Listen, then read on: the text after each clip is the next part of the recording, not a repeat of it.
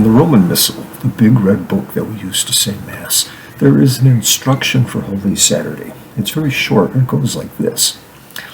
On Holy Saturday, the Church waits at the Lord's tomb in prayer, fasting, meditating on his passion and death, and on his descent into hell, and awaiting his resurrection. One Sunday after Mass during the Easter season, a young man came up to me in the back of church. He was very upset. He was upset because at Mass we had prayed the Apostles' Creed. I hope you know the Apostles' Creed. If you don't, then maybe you should Google it and learn it. There will be a quiz at some point, maybe when you die. I'm just saying.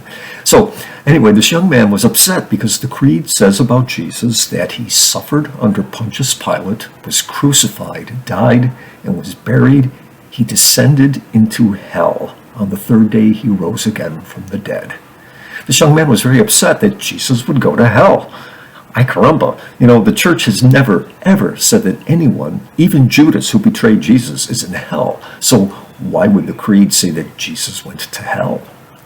First of all, we have to define the word hell.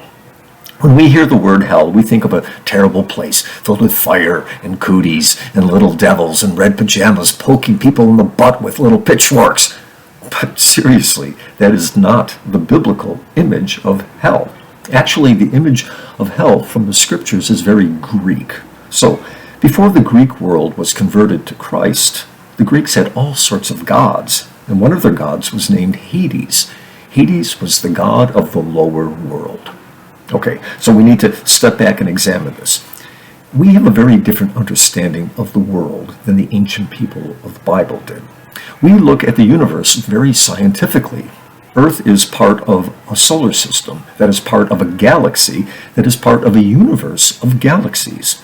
That is definitely not how the people in the olden days understood the universe. For them, the universe was made of three parts. There was the middle world, the earth, where people live. That's where we live.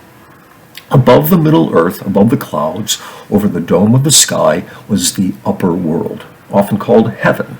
This is where all the spiritual beings lived. God and angels lived there. Then, below the middle world was the lower world. This is where all the dead people lived. So, the people back in the times of the Bible understood that when a person dies, that person goes down into the lower world to live with all the dead people. And for the ancient Greeks, there was a god of the lower world, and his name was Hades.